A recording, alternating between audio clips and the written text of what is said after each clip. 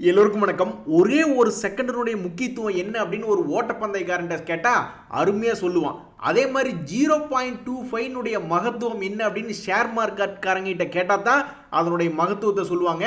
25 தொட முடியாம 2 நாளா ஷேர் மார்க்கெட் தவிக்குது. இந்த ஜூலை மாசத்துக்கு பெருமை கிடைக்குமா கிடைக்காதா அப்படின்றது இன்னொரு 2 நாள்ல தெரிஞ்சிடும். ஒருவேளை அந்த 25 தொட்டுட்டா இந்த ஜூலை 2024க்கு ஒரு பெருமை கிடைக்கும். அப்படி தொடலினா கும்பாதான். நண்பர்களே, இந்த சமயத்தில் நேரம் நகர்ந்து கொண்டே இருக்கிறது. ரொம்ப முக்கியமான நியூஸ் ஒன்று இருக்கு.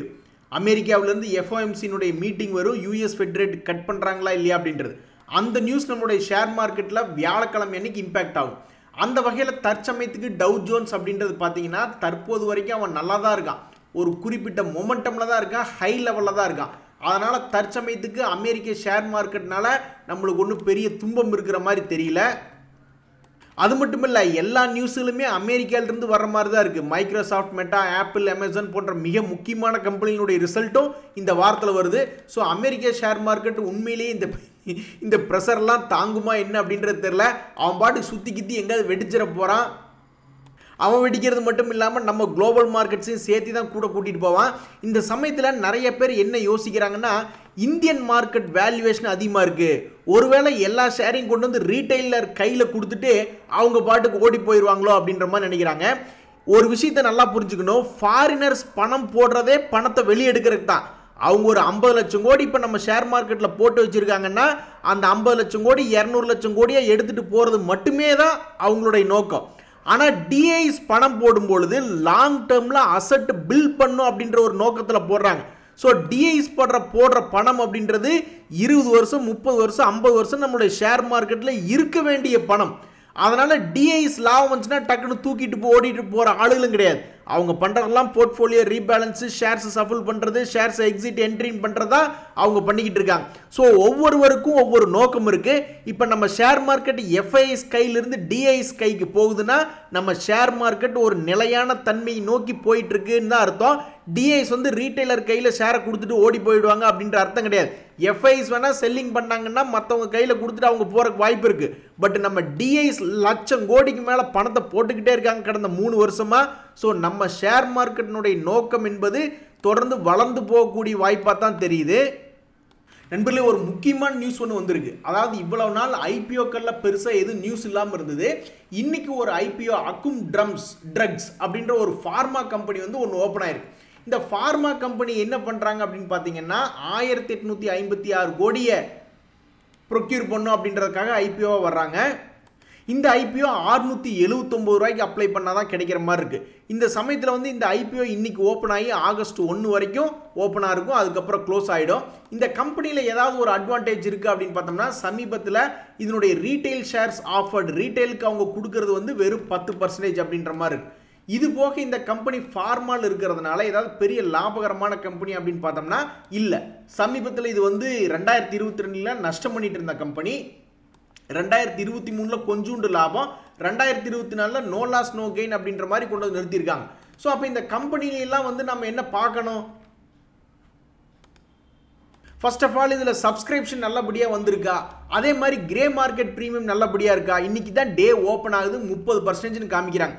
என்னை பொறுத்த வரைக்கும் ஒரு லாபம் இல்லாத கம்பெனி கடைசி ஒரு 2-3 நாள் அது எப்படி போகுது, கடைசி நாளில் அதே மாதிரி 30-40% கிரே மார்க்கெட் ப்ரீமியம் காட்டுற மாதிரி இருந்தால் தான் ஒரு நம்பிக்கை அப்படின்றது என்னுடைய கணிப்பு. என்ன காரணம்னா இந்த மாதிரி ஒரு நஷ்டமடையக்கூடிய கம்பெனி 20%, 15%, 30% சுற்றிட்டு இருந்தான்னு வச்சுங்க, லிஸ்டிங் கெயின் அப்போ நோ ப்ராஃபிட் அப்படின்ற மாதிரி லிஸ்ட் ஆகிட்டேன்னா வேஸ்ட்டாக போயிடும். என்றைக்குமே லாபம் இல்லாத கம்பெனி, லாபம் கம்மியாக செய்யக்கூடிய கம்பெனியிலிருந்து தள்ளி இருக்கிறது நல்லது. ஸோ என்னை பொறுத்த வரைக்கும் இதனுடைய கிரே மார்க்கெட் ப்ரீமியம் அடுத்தடுத்த நாட்களில் எப்படி வருது அப்படின்றத பார்த்தா யாராக இருந்தாலும் ஒரு முடிவு எடுக்கணும் அப்படின்றது என்னுடைய கருத்து. நண்பர்களே, சமீபத்தில் பார்த்தீங்கன்னா கார்பரேட் ஆக்ஷன்ஸ் அள்ளி தெளிக்கிறாங்க. போனஸ் கொடுக்குற ஷேர்கள் இத்தனை இருக்குது, பைபேக்ஸ் பண்ணக்கூடிய ஷேர்கள் இத்தனை இருக்குது, அதே மாதிரி ரைட்ஸ் கொடுக்கக்கூடிய ஷேர்ஸ் ஒன்று இருக்குது, அது போக ஸ்பிளிட்ஸ் கொடுக்கக்கூடிய ஷேர்ஸ் அப்படின்றது நிறையா இருக்குது. இதெல்லாம் நீங்கள் ஒரு இடம் பாஸ் பண்ணி பார்த்துக்கலாம். இந்த சமயத்தில் இந்த ஷேர்களில் யார் இன்னைக்கு முதலிடத்தில் வந்திருக்காங்க, இத்தனை நியூஸ் இருக்கே, யாராவது நல்லா மேல் நோக்கி வந்திருக்காங்க அப்படின்னு பார்த்தோம்னா இந்த ஃபோனிக்ஸ் எல்லாம் நேற்று தான் நியூஸ் வந்துச்சு. அவன் நியூஸ் வந்தோடனே 4% பக்கம் ஏறிட்டான். இந்த ஸ்போர்ட் கிங் எல்லாம் இன்னைக்கு 1347 ரூபாய்னு ட்ரேட் ஆகிட்டு இருக்கான். நம்ம இந்த நியூஸ் சில நாட்களுக்கு முன்னாடியே பார்த்துட்டு இருந்தோம். அப்போ 1167 ரூபாய் நியூஸ் வரும்பொழுது ட்ரேட் பண்ணிட்டு இருந்தான், ஸ்பிளிட் ஆக போகுது அப்படின்ட்டு. அப்போ அந்த 1161 ரூபாயிலிருந்து இப்போ ஆல்மோஸ்ட் 1348 அப்படின்ற மாதிரி வந்து ட்ரேட் ஆகிட்டு இருக்கான். இந்த கார்பரேட் ஆக்ஷன் நியூஸ் எல்லாம் ரொம்ப முக்கியமானது. இந்த ஷேர்லாம் ஏற்கனவே வச்சிருக்கிறவங்களுக்கு இது ஒரு சின்ன ட்ரிகர். ஸோ அந்த வகையில் பார்க்கும்போது இன்னைக்கு கார்பரேட் ஆக்ஷன்ஸ் வந்ததில் ஃபோனிக்ஸ் லிமிடெட் வந்து டாப்ல இருக்கான். நண்பர்களே, இன்னைக்கு வேற லெவல் ஷேர் மார்க்கெட்டில் எக்ஸ்பெக்ட் த அன்எக்ஸ்பெக்டட் அப்படின்ற மாதிரி சொல்கிறாங்க இல்லையா. இந்த கோல்கேட் பால்மோலிவ் எல்லாம் 6% ஏறுவான்னு யாராவது எதிர்பார்த்துருப்பாங்களா? ரிசல்ட்டினுடைய இம்பாக்ட்னால 6% இன்னைக்கு மேலே ஏறி வந்திருக்கான். இந்த கன்சைனரோலக் அவன் 7% ஏறி இருக்கான். பார்த்தீங்களா, எந்த ஒரு ஷேரு ஏறினதுக்கு அப்புறம் தான் அவன் ஏறினா அப்படின்றதே தெரிய வரும். ரிசல்ட் வந்த அன்னைக்கு, எலெக்ஷன் ரிசல்ட் வந்த அன்னைக்கு 248 ரூபா இருந்த பங்கு இன்னைக்கு 301 ரூபா இருக்கான். இப்படியே தொடர்ந்து மேல் நோக்கி ஏறி 350 ரூபா போனானா தான் 350 ரூபா போயிட்டானா அப்படின்ற மாதிரி தெரிய வரும். ஸோ நம்ம லோ ரேட்டில் இந்த இடத்துல இருந்தது, இப்போ மேல் நோக்கி ஏறி வந்திருக்கான். ஜிண்டால்ஸா வச்சிருக்கிறவங்களுக்கு உண்மையிலேயே இன்னைக்கு சந்தோஷம் வரும். எனக்கும் சந்தோஷம் தான். ஏன்னா என்னுடைய போர்ட்ஃபோலியோவில் வந்து இந்த ஜிண்டால்ஸாவும் ஒன்று இருந்தது. இன்னைக்கு பாருங்க எப்படி ஒரு கோயின்சிடன்ஸ் ஆயிருக்குன்னு. அவனுடைய குவார்டர்லி ரிசல்ட் நல்லா இருந்து மேல் நோக்கி ஏறிடுச்சு. அதனால என் போர்ட்ஃபோலியோவில் இருந்தது டபக்குன்னு ஒரு சந்தோஷத்தை கொடுத்துருச்சு. பாவம் இந்த ஐடியோ ஷேர் ஃபோர்ஜ் வச்சிருக்கிறவங்களுக்கு தான் கும்பா ரிசல்ட்டினுடைய இம்பாக்ட் தாங்க முடியாமல் 11% கும்பா. இதில் இன்னுமே இன்னைக்குமே ரொம்ப முக்கியமான ஷேர்களுடைய ரிசல்ட் வருது. சாதாரண விஷயம் இல்லை இன்னைக்கும். ஸோ ரிசல்ட் சீசன் இன்னும் முடியல, இன்னொரு 10-15 நாள் போகும். அதில் இந்த ஷேரில் யாராவது வச்சிருக்கிறவங்களுக்கு சந்தோஷம் வந்தாலும் ஆச்சரியப்படுறதுல. பாவம் இந்த வருண் பிவரேஜஸ் வச்சிருந்தா மட்டும் இன்னும் ரிசல்ட்டே வரல, அதுக்குள்ளே கும்பா பாடி கீழே இறக்கி விட்டாங்க.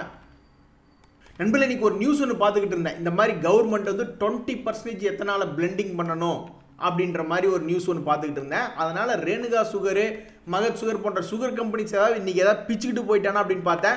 பட் ஒன்றும் நடக்கல, அந்த நியூஸுக்கு பெருசாக இம்பாக்ட் இல்லை. ஸோ இந்த மாதிரி நியூஸ் வரும்பொழுது பொதுவாகவே சுகர் கம்பெனிஸ் பறப்பாங்க. இன்னைக்கு ஏன் அந்த மாதிரி நடக்கல அப்படின்றது தெரியல. இன்னொரு நியூஸுமே என்ன வந்ததுன்னு பார்த்தீங்கன்னா, பவர் கிரிட் எல்லாம் பறந்துட்டான். நீ அடுத்தது நீங்கள் என்னங்க பண்ண போறீங்க அப்படின்னு கேட்டால், மிடில் ஈஸ்ட்டுக்கு அண்டர் கிரவுண்ட் வழியாக, அண்டர் சி வழியாக இந்த மாதிரி கரண்ட் கொடுக்கறத பற்றி யோசிச்சுட்டு இருக்கேன் அப்படின்ற மாதிரி ஒரு இன்ஃபர்மேஷன் கொடுத்தாங்க. இந்த ப்ராஜெக்டினுடைய ஒர்த் ஆல்மோஸ்ட் 40,000 கோடி. இப்படி ஒரு 40,000 கோடி மதிப்பிலான ஒரு ப்ராஜெக்ட் பற்றி அவங்க பேசுனதுனால திடீர்னு இன்னைக்கு ஷேர் மார்க்கெட்டில் இந்த பவர் கிரிட் 4% மேலே ஏறி வந்துட்டான். ஆர்விஎன்எல் நேற்று எதுக்கு சந்தோஷமா அவ்வளோ தூரம் மேலே ஏறி வந்தான்னு தெரியல. ஆக்சுவலாக இன்னைக்கு தான் நல்லா மேல் நோக்கி ஏறி வந்திருக்கணும். ஏன்னா 739 கோடி மதிப்பிலான ஒரு ப்ராஜெக்டில் அவங்க தான் இருக்கிறதுலே லோயஸ்ட் பெட்டர். அதனால் அவங்களுக்கு தான் மேக்ஸிமம் ஆர்டர் கிடைக்கும். இந்த நியூஸ்க்கு அவன் ஏதாவது ஒரு 7-8% ஏறி இருந்தால் ரொம்ப சந்தோஷமாக இருந்திருக்கும். பட் இருந்தாலும் இன்னைக்கு பாசிட்டிவ்ல இருக்கிறதே பெரிய விஷயம். ஒரு 1.25% இந்த நியூஸ்னால பாசிட்டிவ்ல இருக்கு. அது மட்டும் இல்லை, இப்போ சமீபத்தில் பார்த்தீங்கன்னா டாடா கெம் ஷேரில் ஒரு மிகப்பெரிய வால்டிலிட்டி இருந்தது. ஞாபகம் இருக்கு அவங்களுக்கு? ஏதோ ஒரு டாடா சன் சம்மந்தப்பட்ட ஒரு நியூஸ் வந்தோடனே மிகப்பெரிய ஒரு வால்டிலிட்டி இருந்தது. அவன் அப்படி நியூஸ் வரும்பொழுது பயங்கரமாக ஏறினவன் இப்போ அந்த நியூஸுக்கு அப்புறம் எப்படி இருக்கு அப்படின்னு பார்த்தீங்கன்னா, இப்போ வந்து ஒரு ஸ்டாண்டர்டான ரேட்டுக்குள்ளே அவன் பாட்டுக்கு ஆடிக்கிட்டு இருக்கான். 1000 ரூபா வந்து 1150 ரூபா போக வேண்டியது, மறுபடியும் 1000 ரூபா வர வேண்டியது, மறுபடியும் 1150 ரூபா போக வேண்டியது, மறுபடியும் 1000 ரூபா வரும் வேண்டியது, இப்போ மறுபடியும் 1150 போயிட்டு இருக்கா. ஸோ பழைய நியூஸுக்கு ஏற்ற மாதிரி மறுபடியும் 1300 வருவானா அப்படின்றது தெரியல. ஸோ அந்த நியூஸுக்கு அடுத்த இம்பாக்ட் இப்படித்தான் அந்த ஷேரில் இருக்கு. இந்த கொஸ்கார்ப்புமே ரொம்ப காலமாக அவன் லோ ரேட்லேயே படுத்து கிடந்திருந்தான். எவ்வளோ நாள், ரொம்ப நாள் படுத்து கிடந்திருந்தான். அதுக்கப்புறம் பிரேக் அவுட் ஆகி இப்போ உச்சத்தில் ட்ரேட் ஆகிட்டு இருக்கான். இப்படி தான் தற்சமயத்துக்கு ட்ரேட் ஆகிட்டு இருக்கான்.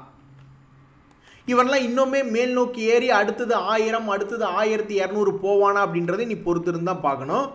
இந்த பெட்ரோல் எல்என்ஜியில் சமீபத்தில் இதுக்கெல்லாம் ஆர்டர்லாம் எப்படி இருக்கும், எதிர்காலத்தில் இதனுடைய ரா மெட்டீரியல்லாம் எப்படி கிடைக்கும் அப்படின்ற மாதிரிலாம் திடீர்னு ஒரு கொஸ்டின் வந்தப்போ நல்ல பெரிய அளவில் ஃபால் ஆனான்.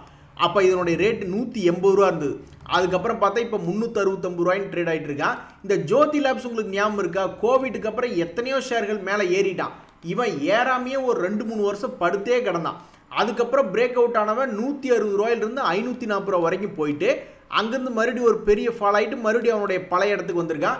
ஸோ இப்படித்தான் இந்த லேட்டஸ்ட்டாக இந்த 4 ஷேர்லினுடைய ப்ரைஸ் மூவ்மெண்ட் இருக்குது. இதுலேருந்து என்ன தெரியுதுன்னா, அப்பப்போ நல்ல ஒரு லோ ரேட் நல்ல ஷேர் கிடைக்கும் பொழுது இன்வெஸ்ட்மெண்ட் பண்ணுறதும், அப்பப்போ ஹை ரேட் வரும்பொழுது கொஞ்சோண்டு ப்ராஃபிட் பார்க்குறதும் ஒரு நல்ல விஷயமா கருதப்படுகிறது. ஸோ இந்த மாதிரி நல்ல நல்ல ஷேர்களை வாட்ச் லிஸ்ட்டில் போட்டு வச்சு அப்பப்போ வாட்ச் பண்ணிக்கிட்டே இருக்கணும் அப்படின்றதான் ஷேர் மார்க்கெட்டில் இருக்கக்கூடிய எல்லாரும் பெரியவங்களும் சொல்கிறாங்க. ஒரு உதாரணத்துக்கு இந்த நவீன் ஃப்ளோரைன் அப்படின்ற ஷேர் வந்து கீழே தான் கிடந்தான். 2900 இருந்தால் இப்போ 3700 வந்திருக்கான். அப்போ இனி அடுத்தது அவனுடைய பழைய ரேட்டு 4800 வரைக்கும் போவானா அப்படின்ற ஒரு கேள்வி வருது. அதே மாதிரி தான் ஜிஎஸ்பிஎல் அப்படின்ற ஷேர் ரொம்ப நாள் இங்கேயே படுத்து கிடந்தான் சப்போர்ட் பக்கத்திலே 280 ரூபாயில், இன்னைக்கு பார்த்தா 349 ரூபா. ஸோ ஏறினதுக்கப்புறம் தான் ஒரு ஷேர் ஏறிட்டானா அப்படின்றது தெரிய வரும். பட் நம்ம அப்பப்போ லோனில் பார்த்து அதை வாட்ச் லிஸ்ட்டில் வச்சு வாட்ச் பண்ணிக்கிட்டே இருக்கணும். இனி அடுத்தது இவன் 400 ரூபாய்க்கு இது போவானா அப்படின்ற மாதிரி பார்த்துட்டு கொண்டிருக்கணும். நண்பர்களே, இன்னைக்கு கொஞ்ச நஞ்ச ஷேரில் ஏகப்பட்ட ஷேர்கள் ஷேர் மார்க்கெட்டில் அதில் பணத்தை போட்டு வச்சுருக்கனால ஹாப்பியாக பண்ணியிருக்கு. இந்த நைக்கா ஷேர்லாம் பாருங்கள், முந்தானே தான் லிஃப்டிக் பற்றி பேசிகிட்டு இருந்தால் இன்றைக்கி அது ஒரு 5% ஏற்றி விட்டாங்க. பிசிபிஎல் ஒரு 12%, கேம்ஸ்லாம் வேறு லெவல் 8% ஏற்றி விட்டுருக்காங்க. இருக்கிறதுலே சந்தோஷம் தரக்கூடிய இது எம்எம்டிசி தான். ஏன்னா திடீர்னு பெரிய அளவில் கீழே விழுந்தான். இப்போ ஒரு 7% ஏறி வந்தோடனே பல பேர்த்துக்கு நின்று மூச்சு திரும்பி வந்திருக்கும். இந்த சமயத்தில் வந்து பிஎன்பி ஹவுசிங் அப்படின்ற ஷேரு கொஞ்சம் இறங்குமுகமாக இருக்குது. அது ஏன்னா அது பிளாக் டீல் அப்படின்ற ஒரு நியூஸ் வந்துச்சு.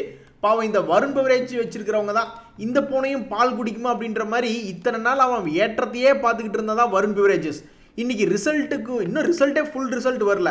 பட் இருந்தாலும் அது கிட்டத்தட்ட 5% கீழே இறங்கி ட்ரேட் ஆகிட்டு இருக்கு. பாவம் எது எப்படியோ இந்த குவார்டர்லி ரிசல்ட் எனக்கு கேட்டால் இந்த பட்ஜெட்டே வந்துடக்கூடாது. இந்த பட்ஜெட் வந்ததுனால தான் இந்த மாதத்தில் முதல் 20 நாள் ஏகப்பட்ட ஷேர்ஸ் ரிசல்ட் கொடுத்தது. அது பெருசாக மூவ்மெண்ட் இல்லாமல் ப்ளஸ் மைனஸ் 5% 10%க்குள்ளே சுற்றிக்கிட்டு இருந்தான். இப்போ எந்த நியூஸுமே இல்லை. இப்போ குறுக்கால வர வியாழக்கிழமை யூஎஸ் ஃபெட்டினுடைய நியூஸ் வருது இருக்கட்டும். பட் இருந்தாலும் குறுக்கால எந்த நியூஸுமே இல்லாதனால கடந்த 4-5 நாளாக எப்படி இருக்குன்னா ரிசல்ட்டினோட இம்பேக்ட்னால ஸ்டாக்குகள் 10-20% ஏறுறதும் இறங்குறதும் ரொம்ப சந்தோஷமாக இப்போ தான் மார்க்கெட் செலுப்பாக இருக்குது. இன்றைய தகவல் அனைத்து உங்களுக்கு உதவியாக இருந்ததுன்னா எனக்கு சந்தோஷம் தான். ரொம்ப நன்றி, வணக்கம்.